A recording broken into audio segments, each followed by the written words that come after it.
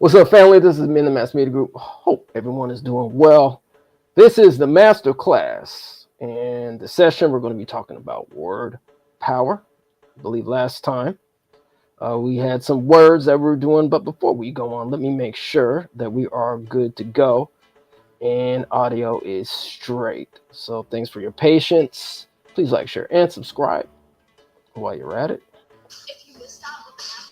All right. Just give me a second, family.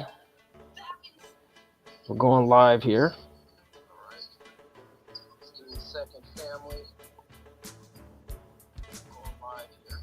All right, looks like we are good. All right, so we are good to go, family. All right, before we actually get into the words of the day, week, month, year, whatever, depending on when you're actually going to be watching this, the time, let's do some quick housekeeping. All right, so if you have time to shop on Amazon, go on Amazon. All right, that will be in the description. You can support us there, as well as Reparations, the documentary, reparationsnow.com, or go to etnmediagroupstore.com, etnmediagroupstore.com.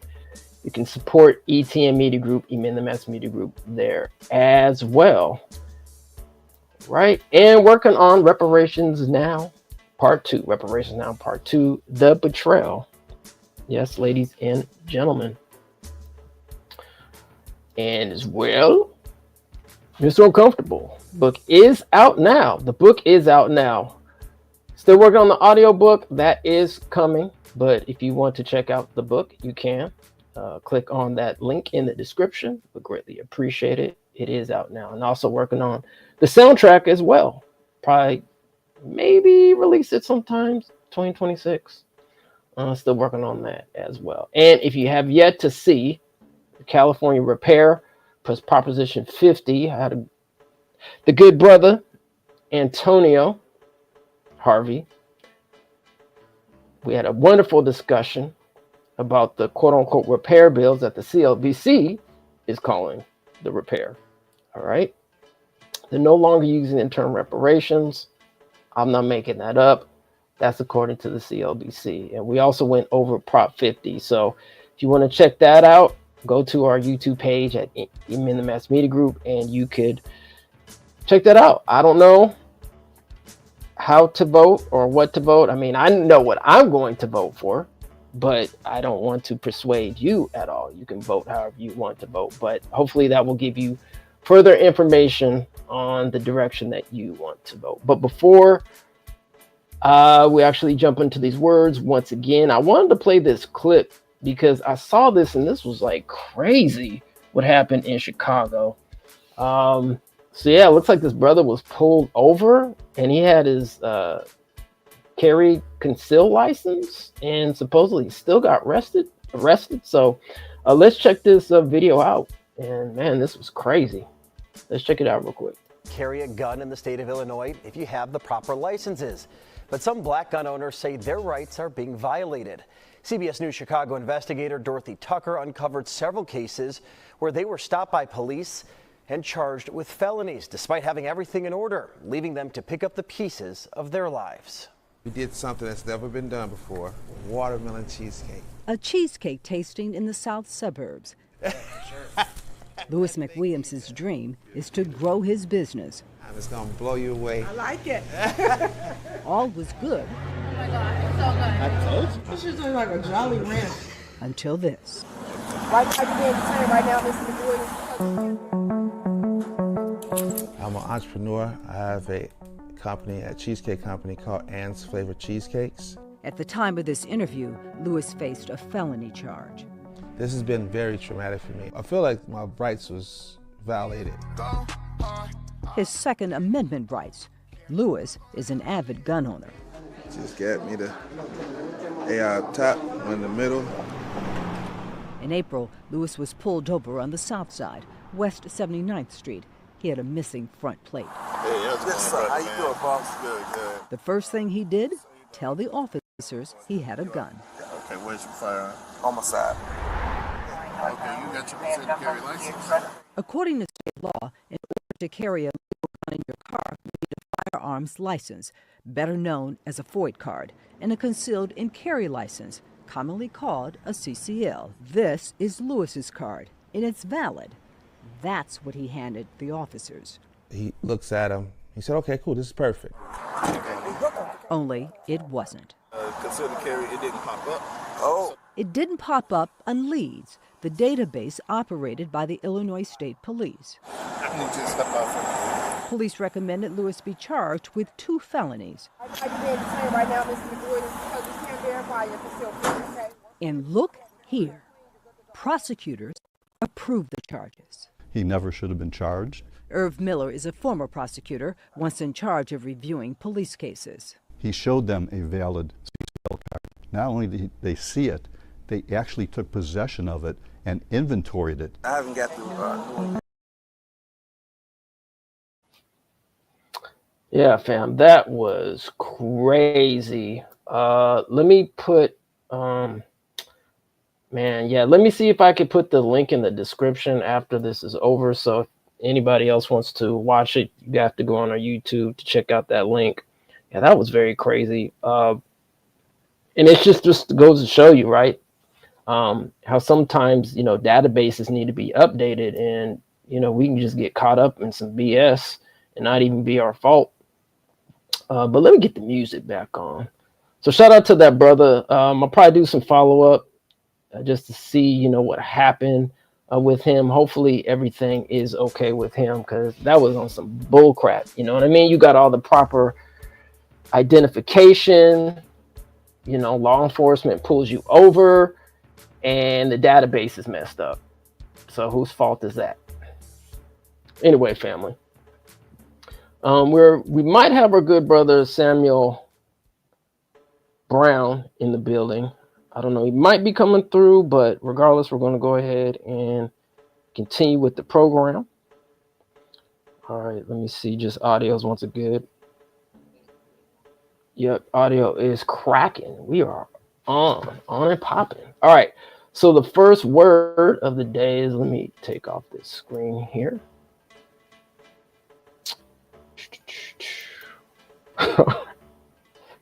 All right. So for those viewing and on the replay, you're probably looking at the screen, or if you're not looking at the screen, I'm not even going to attempt to pronounce that word. If you could pronounce it, salute. You are truly a master wordsmith. All right. So I'm going to try to, you know what? I'm not even going to do that. Let's see how this is pronounced. Let me take off the music just real quick, because I just want to make sure everybody hears this. Gogagog, Mancha, Gogagog, Chabanagungamog, Chargogagog, Mancha, Gogagog, Chabanagungamog, Chargogagog, Mancha, Gogagog, Chabanagungamog, Chargogagog, Mancha, Gogagog, Chabanagungamog, Char. All right. Yeah, when I saw that word, I was like, man, I thought it was fictitious. I was like, this cannot be a word, but I guess it is a word. So I will try to pronounce it. And once again, for those that are on the live or on the replay, why don't you try yourself? All right, let's see how I do. All right, here we go. Chargagamog, Chargagagamog, Hagagagamog, Abubuguagamog. See, thought I did pretty good.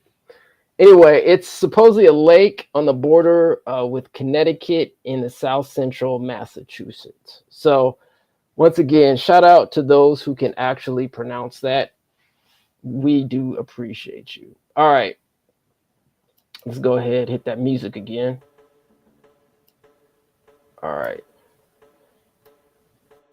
So let's see. The first word is, boom. Here we go. Ostentatious. Ladies and gentlemen, ostentatious. All right. Is attracting or seeking to attract attention, admiration, or envy, often gaudiness or obviousness, overly elaborate or conspicuous, characterized by fond of or evincing ostentatious. ostentation.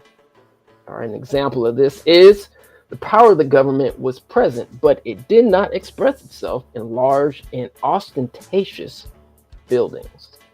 All right. It also means showy, pretentious. Ostentatious means to give or given to excessive outward display. All right. The etymology comes from the Middle English word ostentation or ostentation, which means to display, meant to evoke admiration, borrowed from Middle French and Latin. Middle French borrowed from Latin ostentation. All right, goes on. And let's see here. Its first known use was in the 15th century. You know, I don't know why. Every time I be going on live, it's like people want to hit me up when I'm going on live. It's all good, fam. This is live and this is how we do, right? All right, so ostentatious. So usually on the wordplay, I'll have a guest or I have a host, and then they will give their understanding or their interpretation on what this means and how they interpret it. So I'm just going solo bolo right now. And so I'm just going to take about a couple seconds just to kind of elaborate on this word, and then we'll move on to the next word. But if anybody in the comments has something to say about this word or any words or anything, go ahead and do that. But in the meantime, I'm just going to give kind of my 2 cents on ostentatious, and just in terms of like modern times and how this word can be used in definitions. As I said before, if you guys didn't listen to the last live, you know, I usually go on kind of a macro and then micro level. But let's start just in general, right? Especially today with the current government that we are dealing with. And unfortunately, this can go, I'm right in the middle. You know, I'm not a Republican or a Democrat. I'm independent. Especially my thought process is right down the middle. And this current government is definitely acting very ostentatious. I mean, especially on the federal level. Since we're out here in California, you know, I know some people, especially when we talk about, you know, the reparations bills that are out here that are happening right now. You know, some people are just acting very pretentious right now. And for some reason, there are those in the political space, i.e. the legislators, that unfortunately forget the people, their constituents, right, that technically they work for. And so when they act in a showy or pretentious way, which happened last year, there were certain legislatures, August 31st, 2024, that were acting very ostentatious. All right. They displayed this level of ostentatious after we had advocates and activists at or on the Capitol, right, or at the Capitol, August 31st, 2024. So that's just an example. I'm sure you can use whatever example that you would like, but that's the first word. So ladies and gentlemen, let's go to the second. Cantankerous. Cantankerous means to be difficult or irritating to deal with. All right. Example, a cantankerous mule. It's been speculated that cantankerous is a product of the obsolete word contact, meaning contention, under the influence of a repair of difficult words still in use. Rancorous and cankerous. Rancorous brings the anger and bitter, deep-seated ill will, as rancor can be understood to mean, and cankerous brings the perhaps understandable foul mood. A cankerous person suffers from painful sores that is cankers. All right. Sometimes when you eat, you get them canker sores in your mouth, and you be like, oh, damn. Yeah, by the way, you also got to watch out with like lemons. I mean, I love lemons, right? But, sometimes it's very, very acidic, even though they're alkaline to your body, which is very healthy, right? You might need to drink with a straw or something like that. But yeah, it can cause cankers, but, if you do it in moderation, I think you should be okay. But disclaimer, I'm not a doctor, so go see your health physician. All right, so maybe in mid 18th century, there's currently, as far as my research says, it's of unknown origin, but perhaps it's a blend of Anglo and Irish. All right, so let's go to the next one. All right, auspicious. Auspicious means to be conducive to success, favorable. I'll repeat that again, auspicious. Unlike suspect, or you being sus or suspicious, this is auspicious, A-U-S. P-I-C-I-O-U-S, means to be conducive to success or favorable. Conducive means to making a certain situation or outcome likely or possible. All right, the word auspicious comes from the Latin auspex, meaning bird seer. All right, because sometimes when we look high, when we think high, right, when we activate our higher consciousness, we think high like bird seers. Okay, because ancient Roman priests called augurs would divine the future by observing the flight patterns of birds. The term combines avis, bird, and specier, to look at. So auspicious literally refers to a good omen observed from birds' behavior, and evolved to mean having a favorable outcome or being conducive to success. All right. Late 16th century, possibly, from auspice plus ous. All right. So that is auspicious. So we definitely want to give us some auspicious outlook, right? To have an auspicious outlook, to have a favorable or conducive outlook in whatever you do. That's your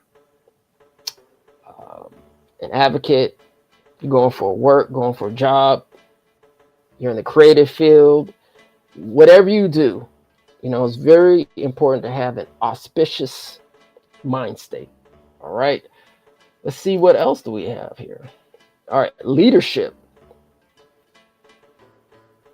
Leadership is the ability to influence, guide, and motivate a group of people toward a common goal. It involves setting a direction, building a vision, and empowering others through skills like communication, decision-making, and strategic thinking.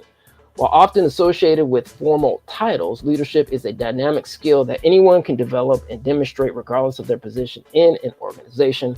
The word leadership is a 19th century compound of leader and the Old English suffix ship. All right, like ship going off on a ship. Okay, the root of leader comes from the Old English leadir, one who leads or guides, and leadan, to guide. It shares its Germanic roots with words like the Dutch leadir and German leatir. Okay, so even though this definition mentions leadership in terms of leading, quote unquote, a group of individuals, I will just elaborate, or veggie back, some people say piggyback, whatever you prefer, is that you could be actually your own leader, right? You could be your own leader with your loved one, meaning your companion. You could be your leader, obviously, if you have children, with your children. You could be your leader within your own family unit, right? You could be your own leader in your community. You could be your own leader, as they say, United States, the President of the United States, the POTUS, right? So there's many ways that we can all be leaders, but what's most important about being a leader? Well, actually, I'll say two things. One, right, you have to be a thinker, just in my opinion, and two, you have to be accountable. Those are two things, and there's probably many more that I'm probably missing within that. But I know for sure as leadership, right, being a leader, taking responsibility for yourself, right, and taking accountability for yourself. I mean, that's one of the hardest things to be leader, because, you know, most of the time we don't even want to take accountability. You know, we don't want to eat right. You know, some of us, let's just be real, you know, don't even want to put in work. You know, let's just call it what it is. I mean, it is what it is. I mean, not just going to a job, but like whatever you want to pursue, right? That's part about taking leadership, taking ownership, right, of yourself. So that's just my understanding of leadership. It's really more so to do with your own accountability. And so if you do or claim to be a leader, right, that's up to you. Then, you know, it's important to not only talk about being in leadership, but you have to show by action to be a leader. So speaking of leaders, I like to give a shout out, and he may not claim to be a leader. Maybe he's one of the leading organizers, but I like to definitely give a shout out to my good brother, Chris Lotson. Now, he may not claim to be a leader. That brother is very humble, but I just want to say, man, I am so proud of that brother. Hopefully we'll be able to sit down sometime this week again, or maybe next week. And I just want for people to know who Chris really is. I know, you know, as we get into these reparations and advocacy spaces, either online or offline, you know, sometimes people don't know like who these individuals are. And Chris, I'll tell you, man, Chris that brother works harder than James Brown, and especially for reparations and in general, man. And he's such a humble and good brother, man. So I definitely want to sit down with him, because he definitely at least displays that level of leadership. All right, family, that is it for this week. We're almost a half an hour in. Yeah, it's about a half an hour in. Hopefully you enjoyed this presentation. Well, I thought we were done. I guess we're not done. Hold on a second, family. All right, so I just want to wrap it up. I thought I was done. I guess I'm not done. So I like to go back just to summarize, because that's a good idea to summarize. So you can use some of these words in your wordsmith vernacular if you like to. All right, so last week or week, 2 weeks, I can't remember. We used the word hyperbole, which means exaggerated statements or claims not meant to be taken literally. Inculcate, shout out to my man, Sam Brown in the building. Instill an attitude, idea, or habit, persistent instruction. That's something that he wanted to present and talk about. Ostentatious, characterized by vulgar or pretentious display designed to impress or attract notice. Auspicious means to be conducive to success, favorable. Cantankerous means to be difficult or irritating to deal with. And last but not least, leadership is ability to influence, guide, and motivate a group of people or yourself as an individual to a common goal. All right, family, that is it. Once again, greatly appreciate you coming through, and we will see you next time on the masterclass. Y'all take care of yourself, and we are out, and we will see you next time. As always, peace and reparations.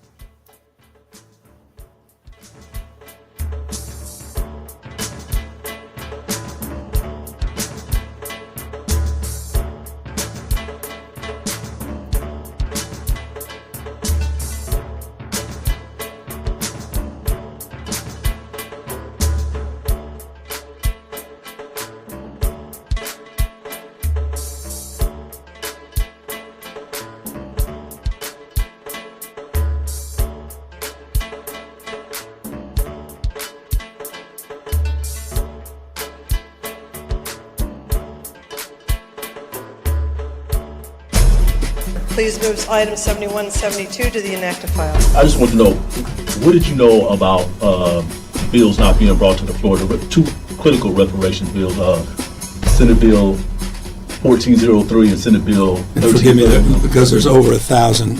I'm not very good at the numeric, but that, you know, it's gonna. The analysis said it's only a couple $1 million to stand it up. Peanuts. And his response was, we want to do it in a different way. We don't want to do it through creating a whole new bureau. We want to do it through the UC system. So this is Assemblyman Mr. Bryan. He's mad I brought up the reparations vote. So he's preventing me from speaking. And he's trying to block my access to it. Madam Speaker, I ask that we take up file item 71, SB 1331. If you decide to start your family tree even without the DNA, 8 or 9 times out of 10, you're going to find your family. A great number of African Americans can trace their lineage to the period of enslavement. Lamert was developed by Walter H. Lamert, and in his designing this area, he actually had covenants to where they would not sell to black people. I supported the bill all session. Then bring the bill. Will you vote? CLBC, can you give them a grade 1 to 10? Oh. This current crop, as of now, it's a negative. Vote for the bill, Mr. Bring the bill. Will you vote for the bill? Bring it up. Will you vote for reparations? Bring it up. I would love it. Bring it up. Let's vote for reparations Bring together. It up. It's a spirit of anti-blackness, and we must call it out. And so I'm going to call out on August 31st, 2024, that the California Legislative Black Caucus, the majority of them, and the governor allowed the enemy to use them to try to keep us down and keep us as bottom-class citizens. Just think that all the other members have at least about 10 years left. So we're not going anywhere. I've heard it's slightly changed, and some of the advocates who were part of the coalition last go-around are now expressing concerns of whether or not they'll still be able to stand behind it if those changes are not corrected. In so many years, it will hardly be no black folks left in California. We love y'all, we thank y'all, and we demanding reparations right now. First of all, America, from the evidence that they gave us, you're guilty. What happened on August 31st, 2024 was a betrayal. We know that if we don't have our hand in this process as much as we possibly can, it can't be corrected from the outside. So in terms of our role isn't done until they're issuing the checks for our reparations. The time for reparations is now. Yeah, right now. What do we want?